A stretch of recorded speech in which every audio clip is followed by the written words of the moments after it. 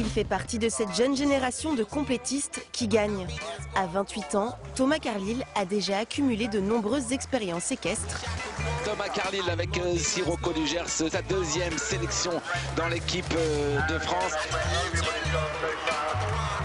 Le cavalier a bien voulu se confier sur sa vision du sport, sur ses envies, ses rêves et ses doutes, et qu'Estriane Le Mag l'a rencontré. Bonjour, je suis Tom Carlile, bienvenue dans le Face à Face. Thomas, il paraît que vous êtes bilingue. Est-ce que vous pouvez nous expliquer pourquoi? Yes, it happened. Mon père travaille dans l'aéronautique. Il a été muté il y a 32 ans de Manchester sur Toulouse. Et donc ils ont passé 2 ans à vivre en France et moi je suis né à Toulouse. Donc j'ai été élevé par 2 parents britanniques sur sol français. D'abord appris à parler l'anglais à la maison et puis ensuite à l'école, dans la maternelle, commencé à parler français avec les copains et ainsi de suite. Est-ce que vous pouvez nous raconter comment l'équitation est arrivée dans votre vie? C'est assez curieux. Comme tout enfant un peu curieux, j'ai pratiqué pas mal de sports en club. Fait un peu de basket, du football, du judo.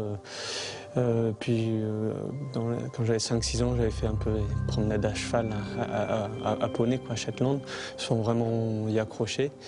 Et curieusement, pendant une colonie de vacances, ça devait être les vacances du CM2 au passage en collège, avec un copain s'est inscrit dans une colo où il y avait une activité équestre et je ne sais pas pour quelle raison, mais la mouche m'a piqué et c'est parti de là. Et voilà, mes parents ne sont pas cavaliers, néanmoins étant britanniques, ils ont une culture cheval quand même existante.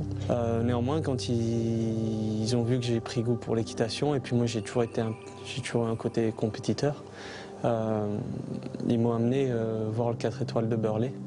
Quand je devais avoir 10-11 ans. Et puis là, tombé amoureux du coup de foudre pour le concours complet, et puis c'est parti de là. Si je vous demande qui est Thomas Carlile, qu'est-ce que vous avez envie de me répondre? Je ne sais pas si on a envie de le rencontrer, il est curieux. Hein. Mais c'est un jeune assez débrouillard, assez déterminé. Il a pas mal de défauts. Hein.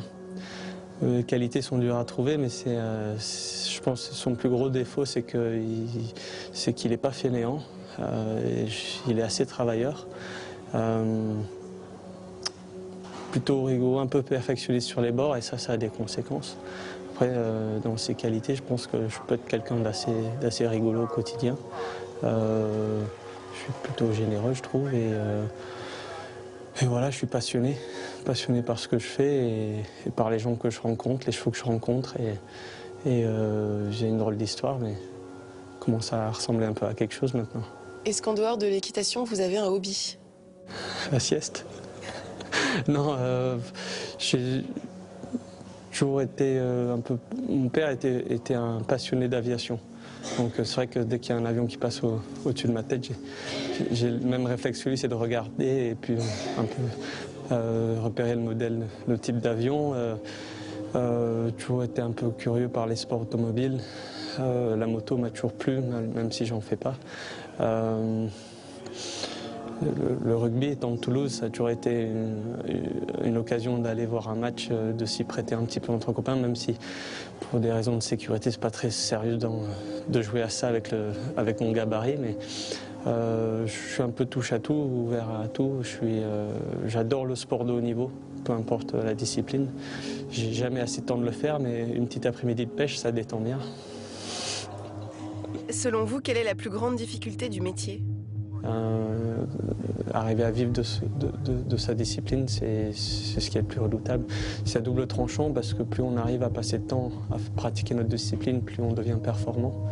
Néanmoins, il y a très peu de cavaliers qui arrivent à en vivre. C'est pour ça que je dis qu'on est souvent cavalier professionnel, mais en concours complet, on est très loin d'être des sportifs professionnels. Est-ce que vous avez une devise et si oui, laquelle? Qui ne tente rien à rien, ça allait un peu osé, mais je dirais que je suis... ouais, voilà, ça là me colle bien à la peau. C'est mon côté un peu débrouillard et un petit peu osé qui je pense, m'a permis d'arriver aujourd'hui où je suis. Peut-être qu'elle m'a empêché d'être plus loin, mais je suis assez content de ce que j'ai réussi à faire. Thomas, quelle est votre définition du bonheur? C'est être en paix être épanoui, être en paix, être content, souriant. Moi, je trouve que le bonheur, ça rime avec bonne humeur, donc humeur est forcément de l'humour. Et voilà. Est-ce qu'il y a une information que l'on ne connaît pas sur Thomas Carlile? Ouais, pour le cross, tout le temps un caleçon Superman. Ça, c'est obligé. Dans vos rêves les plus fous, où est-ce que vous vous voyez? Ah, je pourrais en sortir là, mais dans mes rêves les plus flous, dans votre siège, dans quelques années, ça m'irait pas mal.